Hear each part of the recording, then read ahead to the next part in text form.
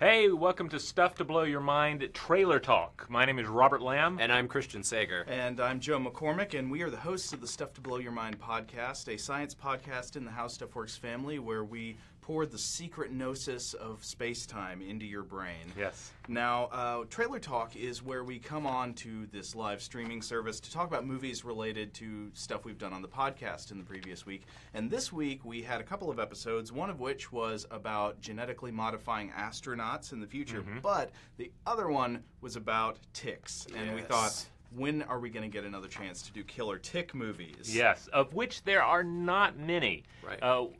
But the one devoted tick movie that exists is such a gem. We just had to cover it. But I and think the universe conspired against us. Yes. We had to. I'm wearing my Videodrome T-shirt. Joe had to go to Videodrome, the local holy site for film rentals here in Atlanta, and was able to pick up a physical copy. Yeah, so this movie is called Ticks. We won't get into looking at the trailer just yet because we need to introduce the episode. But just know that we had to go physical places to get this thing. Stream this off of the internet. You guys had to get in a car and go to a physical place and get a copy of Ticks. Because if we wanted to buy the DVD, also it costs $80. That's what I was just about to mention. Yeah, this thing is an artifact, ceremonial object, if you will. Yeah. Now, Stuff to Blow Your Mind, if you're not familiar with us, we recommend that you go to stufftoblowyourmind.com. That is our mothership. It's got all kinds of stuff on it. We do podcasts. We do videos, different from this one, videos where we explain actual science stuff, not where we're talking about our favorite monster movies related to science stuff, and blog posts as well, including Robert's awesome monster science blog posts.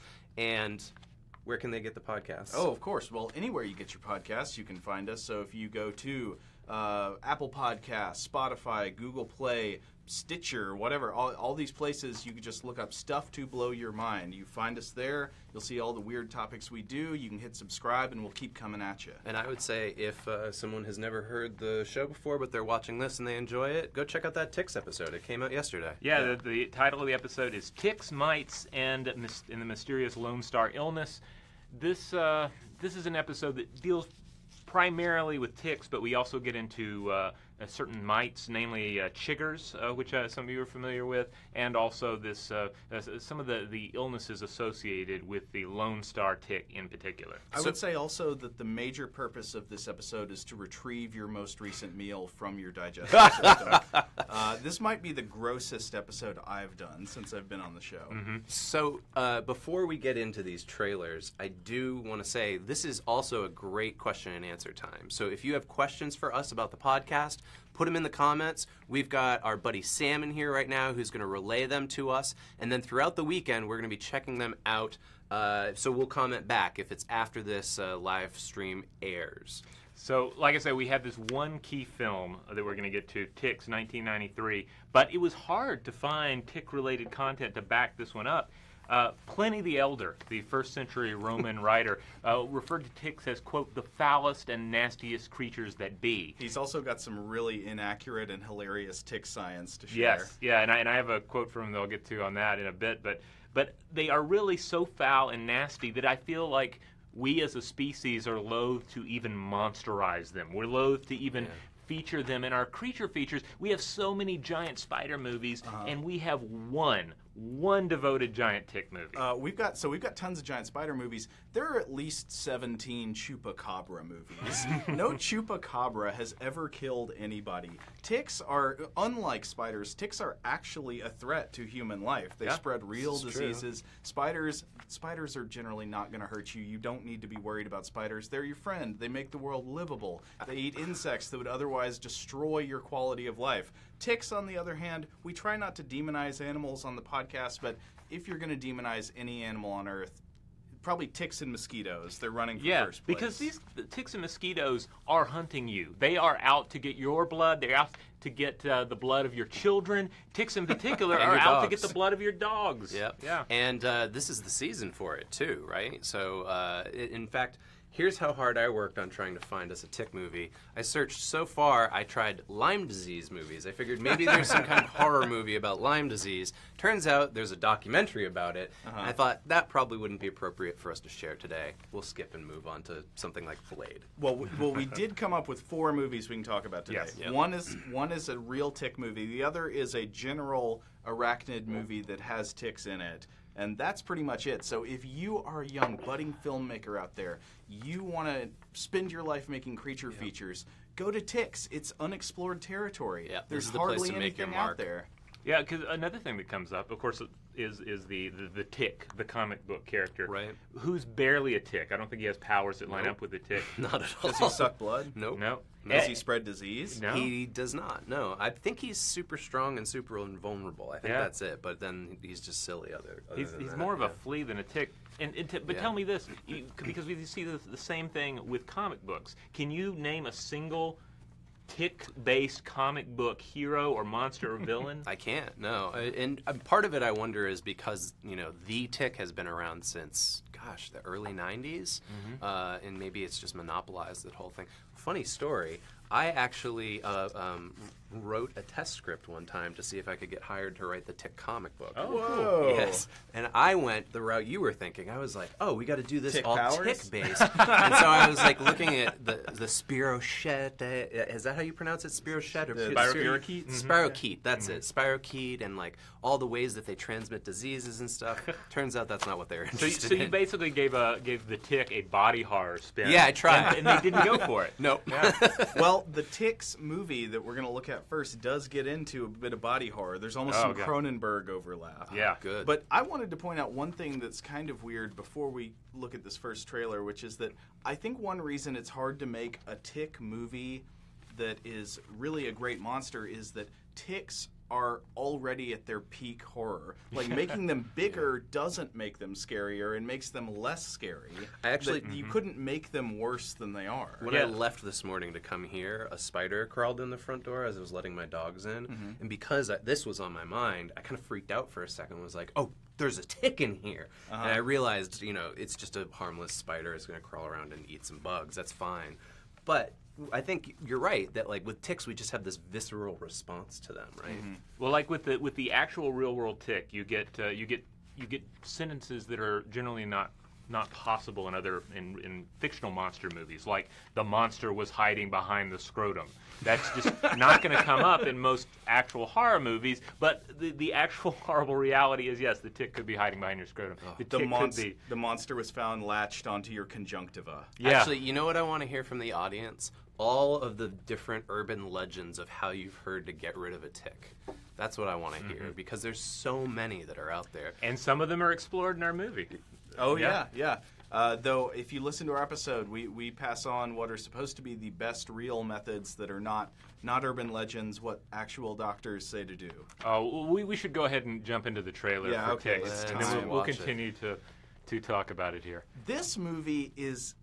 So I watched this last night. Did you watch the whole thing? I watched the last whole night? thing last night. We did a DVD handoff from the video store and the video rental place, I should say. And man, this movie is gold. I can't believe I've never seen it until now because it is like a top tier bad movie. Yeah, this is a solid creature feature, and it's thoroughly 1993, and it feels 1993.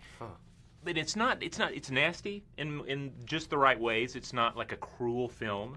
No, not really. No, I mean you have some bad guys there to absorb some of the more horrible things that occur. Seth Green with glasses. Huh? Yeah, so Seth Green's in it. It has Carlton from Fresh Prince of Bel-Air playing Panic. A character named Panic. The basic plot is that a group of troubled urban youth are put in a van that says Urban Troubled Youth Forest Project or something, and the van takes them to a cabin in the woods, and then there in the woods there are some mutant steroid modified ticks that scuttle around. They scuttle around on the ground like crabs, and they attack you and latch onto you, and then get inside your skin. Yes. So this is one of the weird things about this film is that There's plenty.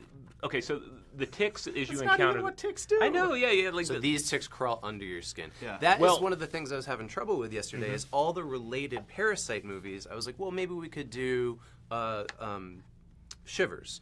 But these are all parasites that climb in your yeah, body. these are all Ticks. endoparasites. Yeah. Ticks are exoparasites, and the ticks Ectoparasites. Or and might be the creatures in this film behave like ticks for the most part, but then they're not just latching on; they're inevitably crawling inside people, bursting out of people, or in the case of poor Carlton, poor Panic, like absorbing all of his body tissue and like enabling him to become a giant tick. Yeah. Ooh. So- Is this it behind us? At the The end of the gif? movie, he gets Brundleflied.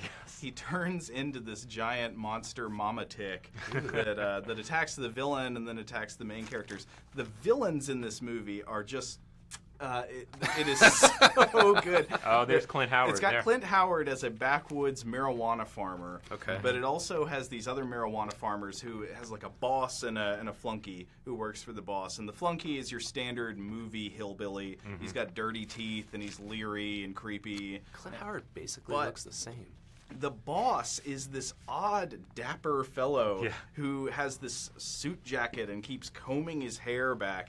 And he has the most bizarre ranging accent. He's British accent, New Jersey accent, Southern accent.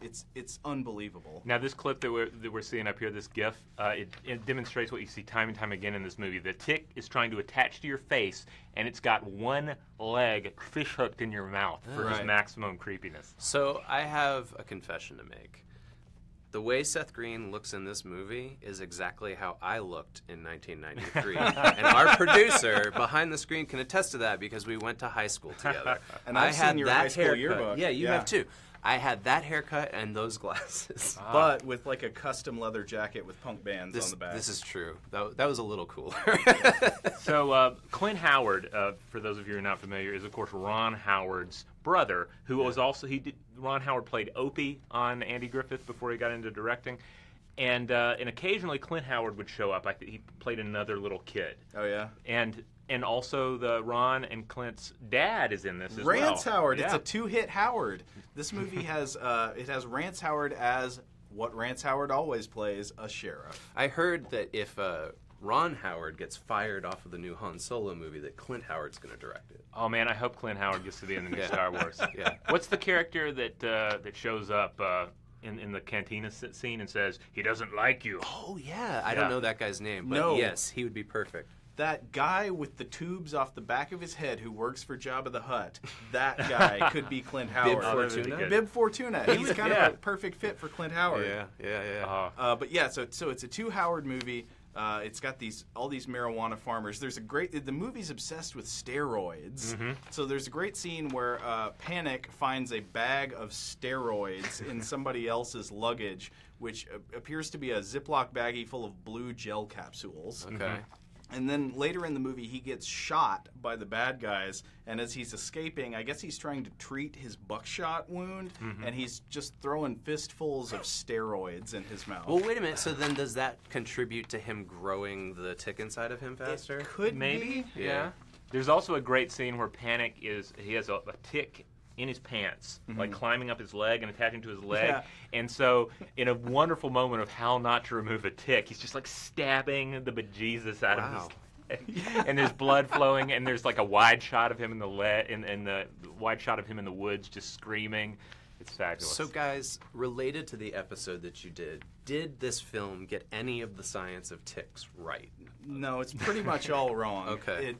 Ticks they're not endoparasites. As we mentioned, they're ectoparasites. They go through the skin. They don't generally get under the skin. Some people I've seen report this on the internet, there's a tick under my skin. I think those people are wrong. What they might be confused about is they might have pulled a tick out, but its mouth parts got stuck in their skin. And if that happens, what they say is try to remove them if you can, but if you can't, just disinfect the area with alcohol or something. Well, they get dug in. To Yeah. quote Jesse Ventura in Predator, Right. dug in like an Alabama tick. Those Alabama ticks are the ones you got to Yeah. watch out for. Now, other moments in this where they really disrespect the science, I guess you could say. Seth Green has a line where he says, "It's a tick. the vampire of the insect world. It's not an insect, of course, it's an arachnid. Right. And yet the German title for this film was Killer Insect, one word. Like killer insect. Yeah. Yeah, that would be the German, I guess. But yeah, insect. It's not an insect. It's an arachnid. It's whatever German whatever the German of arachnid is. We should check. Do we have any comments or questions to address, Sam? Oh wow, Diana, can you kill ticks with clear nail polish?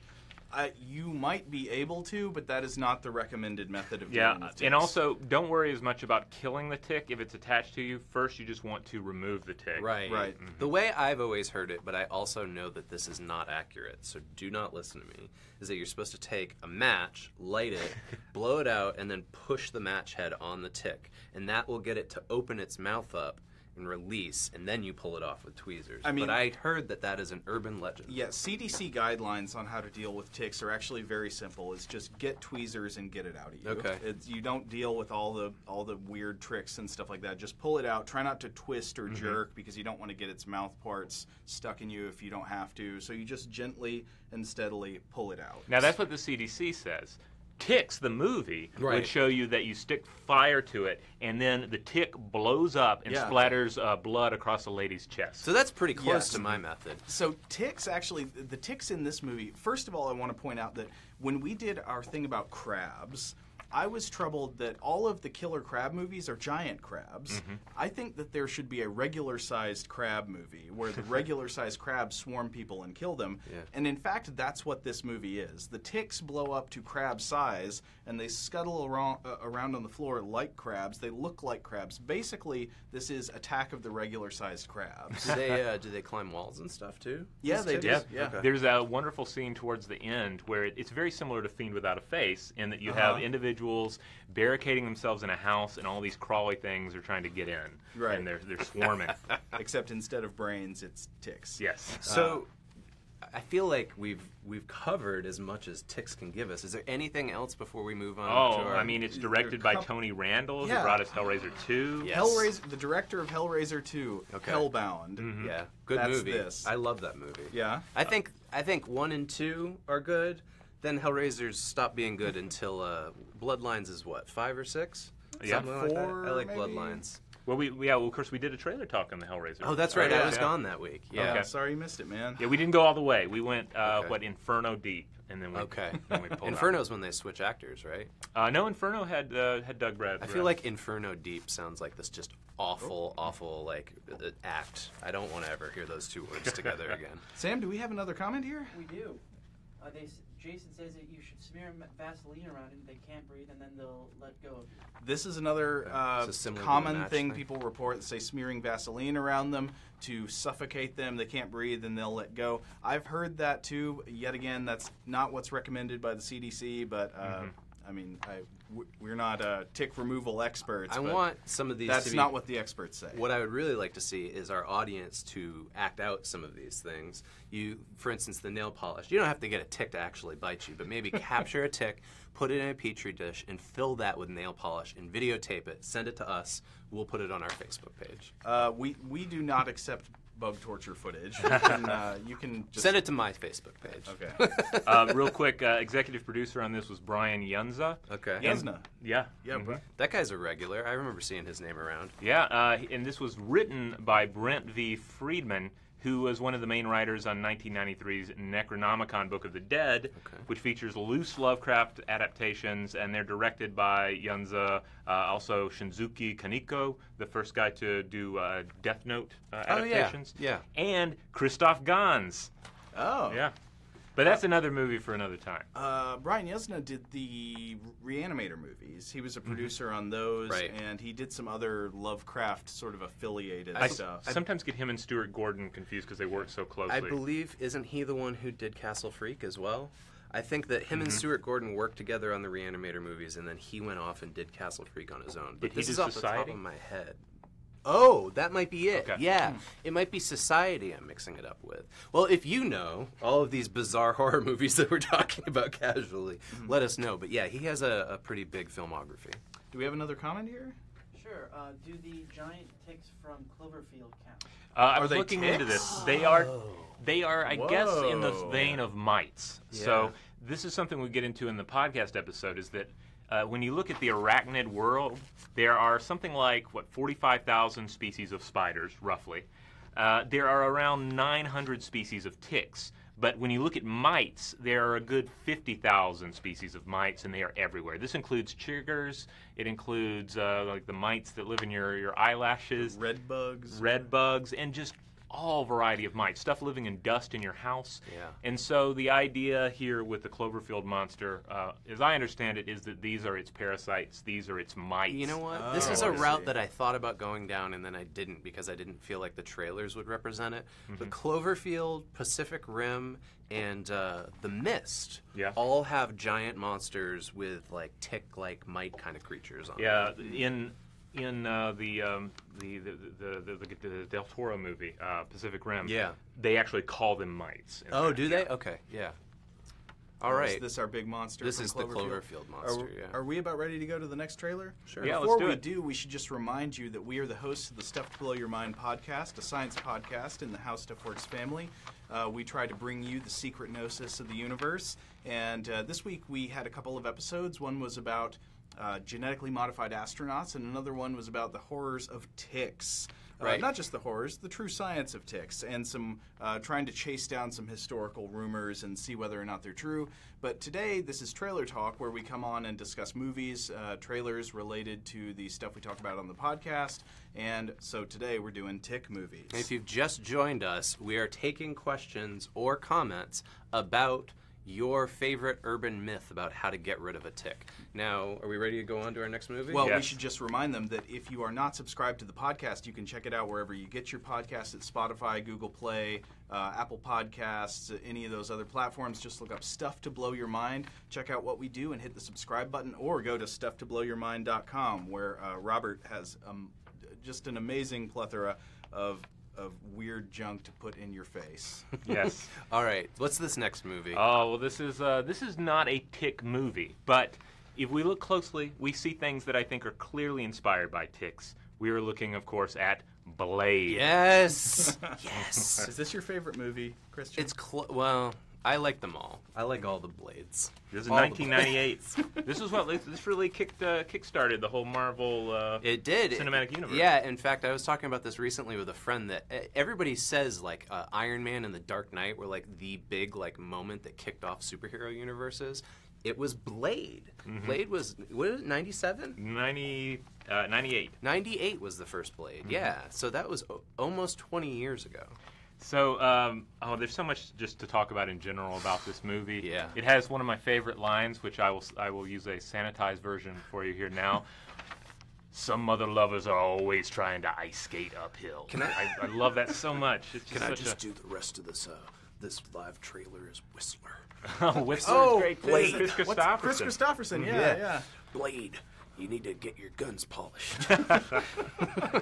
Oh goodness, I'm forgetting the actor's full of name. wonderful gruff dudes, isn't Yeah. it? It's like every kind of gruff dude there could be. Yeah, Well, that's lovely. the villain is not too gruff, but the villain's accomplice, I can't remember his name offhand. it's Donald yes, Logue. yes, he's so great in Yeah. this. Yeah, he's really good.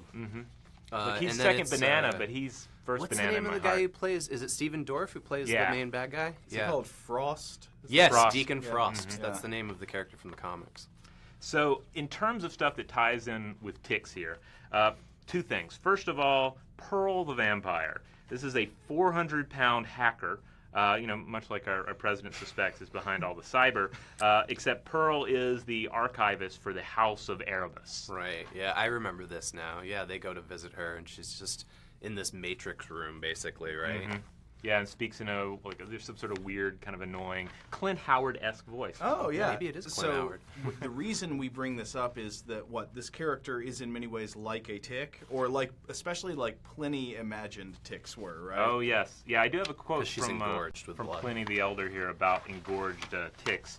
He says, "There is an animal also that is generated in the summer, which has its head always buried deep in the skill of a beast, and so, living on its blood, swells to a large size. This is the only living creature that has no outlet for its food. Hence, when it has overgorged itself, it bursts asunder, and thus its very ailment is made the cause of its death. You learned it here. Ticks can't poop, so they just swell up until they explode and die. You know what else I'm thinking of about That's this not movie? true. I know, I know.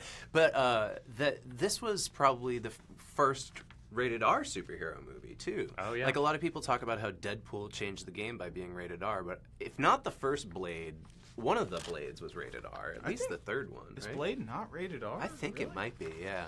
Yeah. Yeah. So, anyways, that's worth considering as well. We got to have more violence and nudity in our superhero films and swearing. Yeah, and more exploding vampires that swell up like ticks. Yes, definitely. That, by the way, those scenes where you see the exploding vampires, that's because they had a weaponized anticoagulant, EDTA. Oh, yeah, that's right. And yeah. that's what he uses to kill off Deacon Frost / Lamagra, the blood god. Oh, right, yeah. Can I tell y'all something I've never been able to get over with Blade, which is that the evil vampire in it is named Frost, and this causes problems for me because for years I've been a fan of a terrible vampire B-movie called Frost, Portrait of a Vampire. Maybe it's the same vampire. It's not. not. Later in his well, life. the funny thing about Frost, Portrait of a Vampire is that the character named Frost is not a vampire. Oh, okay. He's a guy who fights vampires. And it's not played by Stephen Dorff? No, he's played by this guy who wears sunglasses in every scene, and he has the most expressionless Sounds like face Frost to me. of any actor in the history of movies. He does not react to things. There's this one scene in the middle of the movie where a vampire is explaining things to him, and you can just get up and walk out and go take a shower and walk the dog and come back, and that scene's still going on. Well, I tell you, in Blade, though, Snipes is so great that I don't care how crazy he is on set. I don't know if I can handle another. I actor love them playing all. him. I love Trinity. I think it's great. You've got that wrestler vampire. What's his name? Triple H. Yeah. And you've got a Pomeranian vampire. Mhm. It's a great movie. Do we have comments here? Yes. How much blood would a vampire have to drink to get that big? Oh, interesting. That's a good question. Now, we did sort of work out in the episode. I was trying to do some rough math about how many ticks you'd have to bleed you to death. Yes.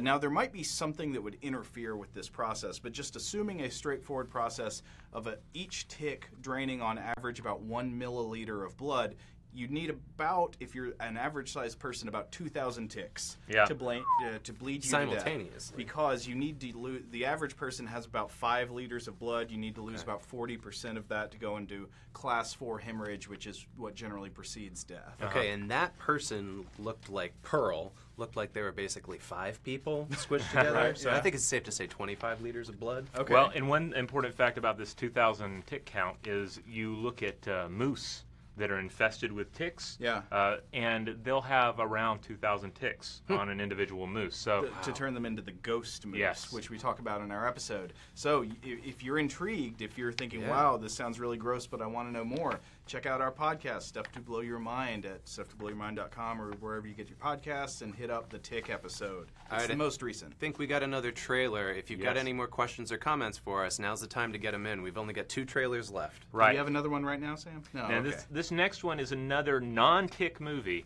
but it has just a delightful tick-esque scene. Would you like to introduce this film? Yeah, this is a little film called Killer Clowns from Outer Space. One of my favorites from my childhood. And this Wait, is how early in your childhood? Well, let's see. This came out in '88, so I was 11. Okay. I watched this movie when I was 11.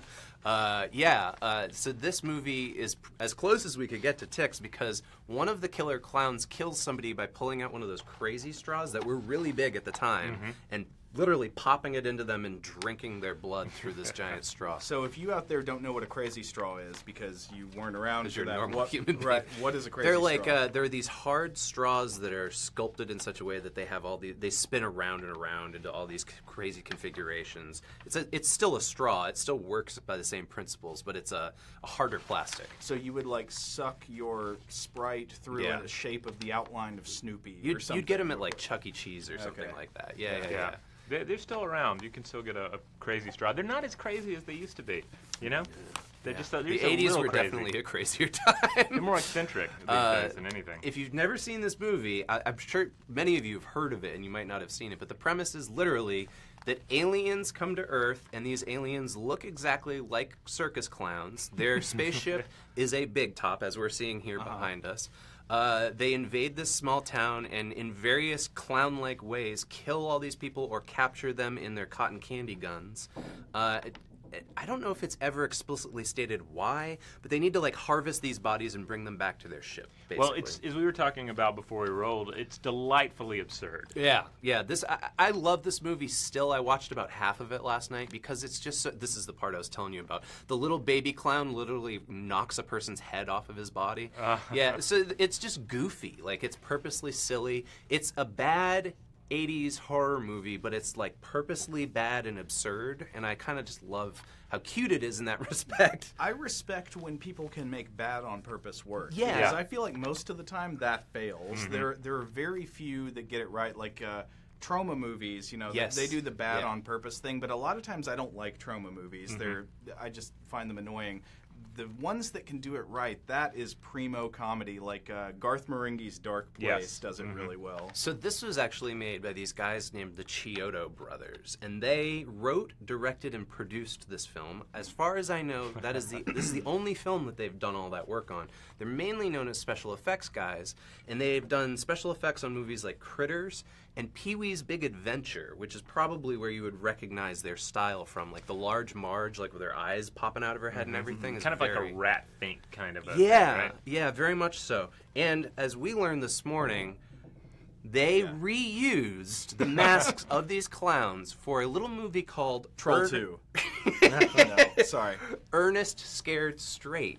Yeah. Ernest Scared Straight had these like No, weird he was scared stupid. Scared Stupid. You're mixing sorry. up Scared You're Straight thinking of the one he goes to with prison. Medea Yeah. Scared Straight. I don't know what it is. Anyways, it's one of the Ernest movies, and they just took the clown masks and repainted them and fixed the noses so they weren't little like clown noses anymore. So they're like trolls in that movie. Yeah, it is. Wow, it's something else. But yeah, that was as close as we could get, really, because of the straw scene. There's other scenes, including they make a shadow monster that's a Tyrannosaurus Rex. Yeah, I think we saw that up on the screen here. My favorite scene, when I was rewatching it last night, I forgot about this, and it's genuinely scary for a movie called Killer Clowns from Outer Space.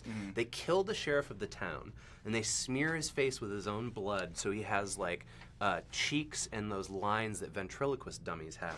And then one of the clowns shoves its hand up inside his back and manipulates him like a puppet and speaks through him to the protagonist of the movie. But can the clown do it without moving his lips? Yes. Yes. I don't think their lips move at all. Hey, Sam, do we That's have any it right there. comments? Which killer clowns came first? The one from this movie or from It? Oh, good question. That's a good question. So the book, It, came out in 89, I think. So this movie must have come Oh, first no, it in had to have terms been of earlier. production. I want to say You it was think more so? like 85 or something. Oh, okay. Maybe earlier? Maybe it was 86, 85. Okay. I think it's worth giving it to Stephen King. Yeah. But these guys definitely took the idea and pushed it further. And last night, while I was looking for clips on YouTube about this film, there was a YouTube video that somebody put a lot of heart and soul into called Killer Clowns from Outer Space versus Pennywise. Who would win? Well, in a way, I think Killer Clowns win Clown because fights. so many of these films with a gimmick, you leave them saying, "Oh, well, you had Killer Clowns from Outer Space, but you didn't do X, Y, and Z." Yeah. This film does X, Y, and Z. This film just really goes after the concept. They had a with brainstorming chalkboard. Yes. And they did everything they They wrote on the board. they hit all the clown notes, that's for sure, yeah. Oh, Sam, do we have another comment here? the head No. scene, Okay. look at this. Just to bring it back to ticks before we get out of here, the crazy straw situation. Well, real life ticks essentially do use a straw. It's more direct. It's less crazy. They latch onto the flesh. They scissor their way into the host's skin with these little pincer-like claws, and then it drives what's known as hypostome in. And this term is like a little straw that has hook-like projections that hold the tick into place. And some species have saliva that glues them into positioning temporarily as well. And then they breathe through openings in their abdomen while they drain your blood and inflate their body with it. Now, Now- apparently... Oh, sorry. Sorry, unrelated. The killer clowns, the only way you can kill them is by punching them or shooting them in the nose. So I'm assuming ticks can't be killed that way. I They don't probably think don't they have have noses. noses, no. Yeah. Well, one thing about killing ticks you should know, actually, is I've seen throughout my life many people wanting to try to crush ticks with their fingernails. Don't do it. You don't want to get what's in the tick on you. Yeah. Don't crush the ticks. Just flush them down the toilet or put them in some kind of liquid that'll kill them. Nail polish. Or alcohol or something like that. Just don't mess with them with your fingers. Yeah. Oh. Yeah. Oh man, we're about to get a close-up of a Ramsey's actual pulling tick's up some really head. gross tick imagery from real life, not from a Killer Clowns from Outer Space movie. I feel like we have it deeply ingrained in ourselves. Yeah. If you see especially a bloated tick, it just causes you to I just gives you remember the as a shivers. kid, like anytime one of our dogs would get one, my parents would get hysterical about it. Like it was like a really big deal. Well, as we said earlier, unlike with spiders, which a lot of people freak out about, ticks are actually dangerous. They can bring zoonotic diseases that can be life-threatening or can be really miserable. You don't want to get ticks if you don't have to. Another thing I learned about yesterday trying to find a trailer for today. Apparently Alec Baldwin has Lyme disease. I did not know that. Yeah. Huh. Well, before we go on to the next trailer, do y'all have anything else about this one? I don't think so. Before we go on to the next trailer, we should remind you that we are the hosts of the Stuff to Blow Your Mind podcast, a science podcast in the How Stuff Works family, pumping the secret gnosis of the universe your way. And we are here doing trailer talk. This is where we come on streaming media here to talk about movies related to our topics. We had an episode come out this week about ticks, so we're doing killer tick movies. There aren't very many of them. There's basically just one, but there's one more that is peripherally a killer tick movie that we're about to look at now. If you want to leave a comment in the comment section or ask us a question about ticks or about these movies, feel free to do it. We got our buddy Sam here. We're here for you. Letting us know what y'all write. So if you got anything to say, have a say down there before we look at our last trailer for the day. Yep, 2001's Arachnid. So I watched this last night. Have either of you seen it? No, I've only seen the segment from it, which involves crab-sized ticks and the shooting of those ticks with a handgun. Yeah, I think we might be able to play that one for you in a minute. This is like too. another movie where the ticks are basically crabs. Sort of. They're less crab-like in this one than they are in ticks. Well, they're also the effects are far worse than ticks, so Yeah. you don't really get a good sense of what This they movie's are. like 10 years after that. Yeah, this is 2001. This was directed by a guy named Jack Shoulder, who made Nightmare on Elm Street 2, Freddy's Revenge. Y'all remember this one? Yeah, vaguely. Nightmare on Elm Street 2 3 is the one that I remember the most. 3's the Dream Warriors. Yeah. Oh, yeah, Yeah. and it's got the Dawkins song and everything. Totally. 2 is an interesting movie. Like, at face value, it is a bad horror movie. But it's bad in a very interesting way. It's the kind of movie people would, write critical papers about and stuff like that. It's super charged with homoerotic overtones, and it's got this whole thing about... Oh, yeah, I do remember this. Yeah. About Freddy. It's unlike in the other Nightmare on Elm Street movies where Freddy comes in your dreams and kills you. In this movie, he wants to possess this teenage guy and occupy his body and make him kill for Freddy. Oh, Okay. yeah. Okay. Yeah, so it. it's a weird, interesting movie, kind of worth checking out actually. But yeah, so this movie has a lot of the same hallmarks. It's like things getting inside people and bursting out. It does the same darn thing with the ticks, where the ticks get under your skin and then erupt out of you, like in ticks. Yeah, there's Alright, a scene so- where it's popping out of the guy's eye. Like, how's the tick even getting through? It's just So if you learn drilling through the body. anything from this episode of Trailer Talk, it's that ticks do not climb under your skin. Right. No. Well, I mean, I can't rule out that has ever happened in history, but that is not part of their survival niche. Yeah, That's that's not what their they design. generally do. Yeah. Chris Potter's in this. Hey, do we have a comment or something to address? It Alex No, Reed. okay. Now, I also should point out this stars the guy from Kung Fu: The Legend Continues. Oh, Dave Carradine? No, the other guy. Sorry. Oh, yeah, okay. Yeah, this movie's got a lot of it's got a very random cast. It's got this guy who, I can't remember his name now, but he's like a Russian-American actor who is very much like a young Udo Kier. It's like if you couldn't get Udo Kier, you get this guy. In this movie, he plays this arachnologist who's this great PhD researcher who does spider science.